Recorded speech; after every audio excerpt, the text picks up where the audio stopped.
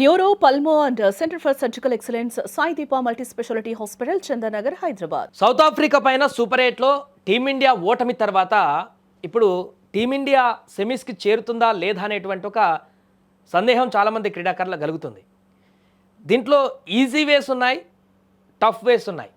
భారత్కు ఉన్నటువంటి ఏకైక ఆప్షన్ మిగిలిన 2 మ్యాచ్లు గెలవాలి, సౌత్ ఆఫ్రికా కూడా మిగిలిన 2 మ్యాచ్లు కూడా గెలవాలి. అలా అయితే ఈజీ. లేదా ఎంత క్లిష్టంగా మారుతుంది అని అంటే ఒకసారి మీకు చూపించేటువంటి ప్రయత్నం చేస్తాం. ఇప్పుడు సౌత్ ఆఫ్రికాకు 2 పాయింట్లు ఉన్నాయి, ఒక మ్యాచ్ ఆడింది. టీమిండియాకు 0 పాయింట్స్, ఒక మ్యాచ్ ఆడింది. వీళ్ళిద్దరు ఇంకా మ్యాచ్ ఆడలేదు. సౌత్ ఆఫ్రికా జింబాబ్వే మీద, వెస్టిండీస్ మీద కూడా గెలిస్తే ఇబ్బంది లేదు. నేరుగా 6 పాయింట్స్తో టాపర్గా ఉంటుంది ఆ గ్రూప్లో. వీళ్ళు ఈ రెండింటి మీద ఓడిపోయారు కాబట్టి 0-0 మీద ఉంటారు. ఇండియా ఒకటి ఓడిపోయింది కాబట్టి 0 ఉంది. ఇండియా నెక్స్ట్ వీరిద్దరితో ఆడేటువంటి 2 మ్యాచ్ల్లో కనుక పక్కాగా గెలిచింది అనుకోండి, 4 పాయింట్లు, టేబుల్ సెకండ్ టాపర్గా ఉంటుంది. ఎలాంటి ఇబ్బంది, నెట్ రన్ రేట్ అవసరం లేదు, ఏది అవసరం లేదు, సింపుల్గా సెమీస్కి వెళ్ళిపోతుంది.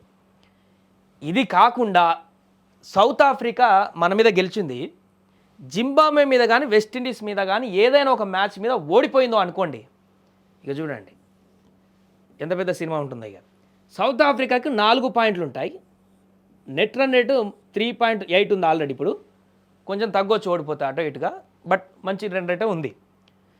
సౌత్ ఆఫ్రికాకి 4 పాయింట్లు ఉంటాయి. ఇది రెండో ఆప్షన్ కింద చెప్తున్నాం. మొదటి ఆప్షన్లో భారత్కి ఈజీగా క్లియర్గా ఉంది. వెస్టిండీస్ మీద సౌత్ ఆఫ్రికా ఓడిపోతే 4 పాయింట్లు ఉంటాయి, జింబాబ్వే మీద గెలిస్తే పూర్తిగా షెడ్యూల్ అయిపోతుంది దాన్ని. అప్పుడు ఇండియా తప్పకుండా ఈ రెండింటి మీద గెలవాలి, జింబాబ్వే మీద, వెస్టిండీస్ మీద. అప్పుడేమైతే మనకు కూడా 4 పాయింట్లు ఇక్కడ ఉంటాయి. మిగిలిన ఆప్షన్ ఇదే, ఇక 2 గెలవాల్సిందే తప్పదిగా. సెమీస్ పోవాలంటే మనది ఫిక్స్, టీమిండియా ఈ రెండింటికి గెలవాల్సిందే, వేరే ఆప్షన్ లేదు. ఓడిపోతే కథం. ఇప్పుడు వెస్టిండీస్ సౌత్ ఆఫ్రికా మీద గెలిచింది కదా, జింబాబ్వే మీద కూడా గెలిస్తే 4 పాయింట్లు వాళ్ళకు కూడా వస్తాయి వెస్టిండీస్కి. ఇక చూడండి అసలు కథ ఇక్కడ ఉంటుంది. 4 పాయింట్లు 3 టేబుల్లో ముగ్గురు సమానంగా ఉన్నప్పుడు నెట్ రన్ రేట్ కీలకంగా మారుతుంది. నెట్ రన్ రేట్లో సౌత్ ఆఫ్రికా సేఫ్లో ఉంది. వెస్టిండీస్ ఇప్పుడు నెక్స్ట్ టీంలతో ఎట్లాడుతుందో దాన్ని బట్టి నెట్ రన్ రేట్ అని వస్తుంది. ఇన్ కేస్ వెస్టిండీస్ కొంచెం అగ్రెసివ్గా ఆడి వాళ్ళ నెట్ రన్ రేట్లోకి వెళ్తే మన 4 పరుగులన్నా కూడా ఇక్కడ నిష్క్రమించేటువంటి అవకాశం ఉంటుంది. ఈ రెండింటి మీద మనం అగ్రెసివ్గా ఆడి మంచి రన్ రేట్ ఉంటే మనం సెమీస్కి వెళ్ళేటువంటి అవకాశం ఉంటుంది. రెండో ఆప్షన్లో ఊహించినటువంటి ఇంకొక ట్విస్ట్ కూడా ఉంటుంది దీంట్లో. క్రికెట్లో ఎప్పుడు అంచనా వేయలేం కదా. సౌత్ ఆఫ్రికా మన మీద గెలిచింది 2 పాయింట్లతోటి, వెస్టిండీస్ మీద ఓడిపోయింది అనుకోండి, 4 పాయింట్లు. జింబాబ్వే మీద గెలుస్తుంది ఎట్లాగనుకుంటే 4 పాయింట్లు.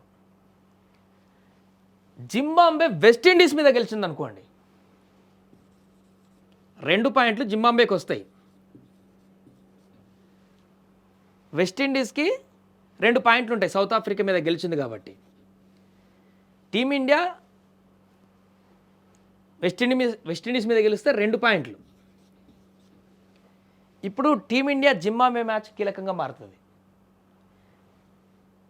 ఇన్ కేస్ ఈ మ్యాచ్లో మనం ఓడిపోతే కథం ఇంటికే. ఇక జింబాబ్వే మీద మనం గెలిస్తే ఈజీగా 4 పాయింట్లతో మనం సెమీస్కి వెళ్ళేటువంటి అవకాశం ఉంటుంది. ఒకవేళ జింబాబ్వే గెలిచింది అనుకోండి, ఇండియా మీద టీంకు టఫ్ ఉంది కాబట్టి హ్యాపీగా వాళ్ళు వెళ్ళిపోతారు సెమీస్కి, జింబాబ్వే టీం.